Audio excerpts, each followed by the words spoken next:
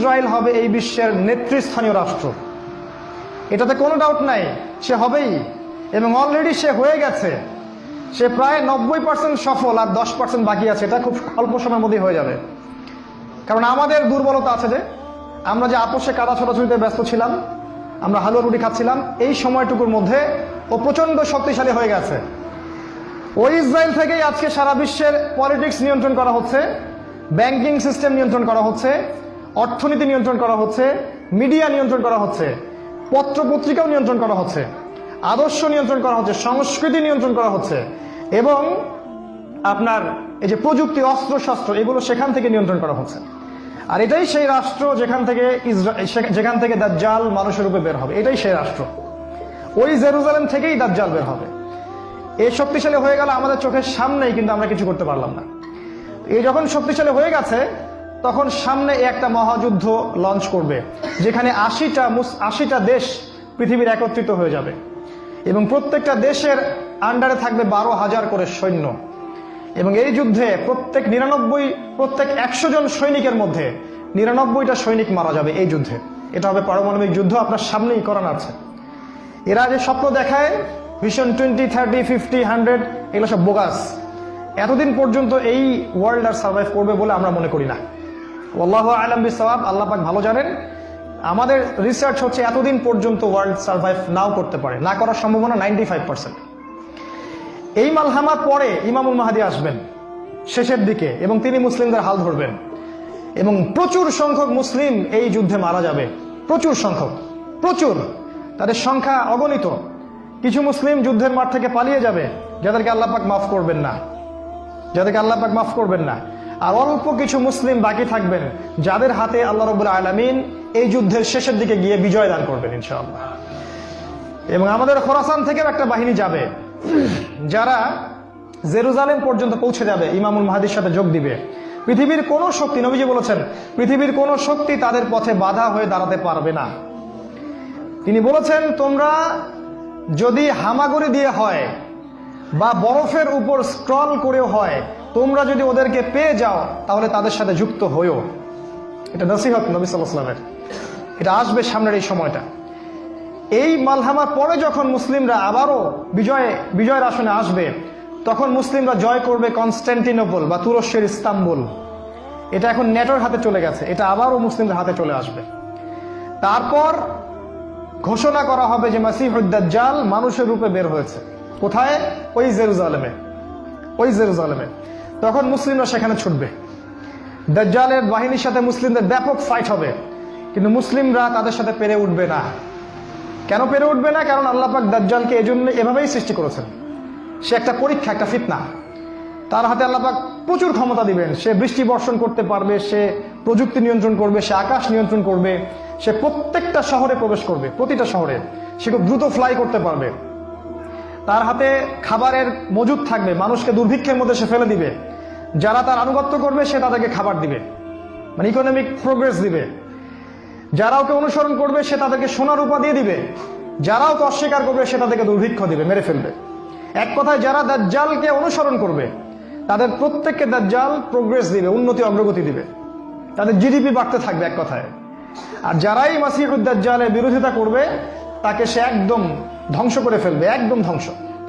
অর্থনৈতিক দিক থেকে, শারীরিক দিক থেকে রাষ্ট্রগুলো আক্রমণ করবে, সে পুরো ম্যাসাকার করে ফেলবে। তার হাতে আল্লাহ পাক এরকম ক্ষমতা দিবেন। এজন্য মুসলিমরা তাদের সাথে পেরে উঠবে না। তাহলে কি হবে? আল্লাহ রাব্বুল আলামিন তখন মুসলিমদের দোয়া কবুল করবেন এবং ঈসা আলাইহিস সালামকে আকাশ থেকে পাঠাবেন এই পৃথিবীতে আবারও ইনশাআল্লাহ। এবং ঈসা আলাইহিস সালাম সিরিয়ার দামেস্কে সাদা মিনারের উপরে নামবেন এবং ইমামুল মাহদীও সেখানে থাকবেন। সেখানে ফজরের নামাজ পড়া হবে, ইমামুল মাহদী ইমামতি করবেন, আর এই ঈসা আলাইহিস সালাম পিছনে মুক্তাদি হয়ে থাকবেন। এটা আমাদের জন্য গর্বের বিষয়। এরপরে ঈসা আলাইহিস সালাম বলবেন যে অবরোধ তুলে দেওয়া হবে, মসজিদের দরজা খুলে দেওয়া হবে এবং ঈসা আলাইহিস সালামকে দেখা মাত্রই মাসিহুদ দাজ্জাল পালাতে শুরু করবে এবং দাজ্জালের বাহিনী অর্থাৎ ইহুদি খ্রিস্টান সভ্যতার সাথে মুসলিমদের যুদ্ধ হবে। নবী সাল্লাল্লাহু আলাইহি ওয়াসাল্লাম বলেছেন, হাদিসে শোনেন, নবীজি বলেছেন, লা তুকাতিলুনাল ইয়াহুদ, শেষ জামানায় তোমরা অবশ্যই ইহুদিদের সাথে যুদ্ধ করবে, অবশ্যই করবে।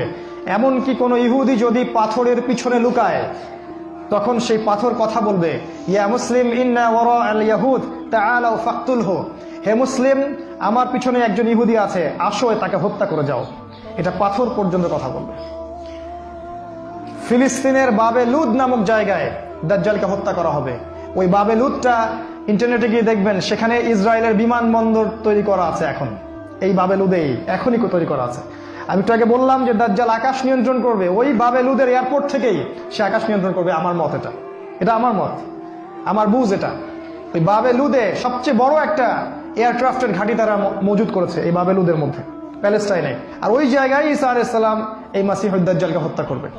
এরপরে ঈসা আলাইহিস সালাম জেরুজালেম থেকে ইমামুল মাহদিকে সাথে নিয়ে পুরো বিশ্বে ইসলামী খেলাফা বাস্তবায়ন করবে। পুরো বিশ্বে নবীজি বলেছেন, একটা পাকা বাড়ি একটা কাঁচা বাড়িও বাদ থাকবে না যেখানে ইসলামের কালিমা লা ইলাহা ইল্লাল্লাহ প্রবেশ করবে না। একটা কাঁচা বাড়ি একটা পাকা বাড়িও বাদ থাকবে না। এরপরে ঈসা আলাইহিস সালাম 40 বছর এই পৃথিবীতে ইসলামী খেলাফা বাস্তবায়ন করবেন। নবীজি বলেছেন, পৃথিবীতে কোনো জুলুম থাকবে না, কোনো রকমের অন্যায় পাপাচার থাকবে না। বাঘে এবং হরিণে এক ঘাটে পানি খাবে, কেউ কারো প্রতি কোনো অবিচার করবে না। এক একটা ফল হবে বিশাল বিশাল, আল্লাহ পাক বরকতের দরজা সব খুলে দিবেন। প্রচুর বৃষ্টিপাত হবে, মাটি উর্বর হবে, প্রচুর সুজলা সুফলা হয়ে যাবে এই পৃথিবীটা। আবারও আগের অবস্থায় চলে আসবে পৃথিবীটা ইনশাআল্লাহ। কোনো দূষণ থাকবে না, কিচ্ছু থাকবে না ইনশাআল্লাহ। এই 40 বছর তিনি রাজত্ব করবেন, তারপর তিনি মারা যাবেন এবং তাকে দাফন করা হবে রাসূল সাল্লাল্লাহু আলাইহি ওয়াসাল্লামের কবরের পাশে। আর ইমামুল মাহদী আরো আগেই মারা যাবেন। তিনি 7 বা 9 বছর রাজত্ব করবেন, এই মুসলিম উম্মাহকে নেতৃত্ব দিবেন। এই অবস্থাটা সামনে আসতে যাচ্ছে। এই কথাগুলো আপনাকে কোনো সেকুলার মিডিয়া বলবে না, কোনো কাফের মিডিয়া বলবে না, কোনো পত্রপত্রিকায় পাবেন না। ইভেন এখন ওয়াজ মাহফিলেও এগুলো বলা বন্ধ হয়ে গেছে। এই কথাটা আমি কেন বললাম, শুধু এত যে বড় একটা কথা আমি বললাম, এত ডিটেলস বললাম, এটার কারণ একটাই, যাতে আপনি হীনমন্যতায় না ভোগেন। কারণ সামনের যে বিজয়ের সময়টা, সেটা আমাদের বিজয়ের সময়। কোনো সন্দেহ নাই যে এই সময়টা অবশ্যই আসবে, কারণ প্রিয় নবী মুহাম্মদ সাল্লাল্লাহু আলাইহি ওয়াসাল্লাম তার পবিত্র জাবান এটা বলে গেছে। আমাদের নবী সাল্লাল্লাহু আলাইহি ওয়াসাল্লাম তার অলৌকিক পবিত্র জাবান এটা বলে গেছেন। কোনো শক্তি নাই পৃথিবীর এই কথাকে উল্টে দিতে পারে ইনশাআল্লাহ তাআলা। অতএব এখন যে দেখছেন এই যে সেকুলারদের দাপট, এই যে কাফেরদের দাপট, নাস্তিকদের দাপট, মুরতাদদের দাপট, একদম সব ওদের হাতে। অর্থনীতি, রাজনীতি, এভরি সিঙ্গেল সেক্টর ওরা কন্ট্রোল করছে। এর কিচ্ছু অবশিষ্ট থাকবে না ইনশাআল্লাহ তাআলা। ওরা যতই চেষ্টা করে নিক না কেন, তারা ইসলামের এই অপ্রতিরোধ্য গতিটা থাকাতে পারবে না ইনশাআল্লাহ আযজা ওয়া জাল্লা।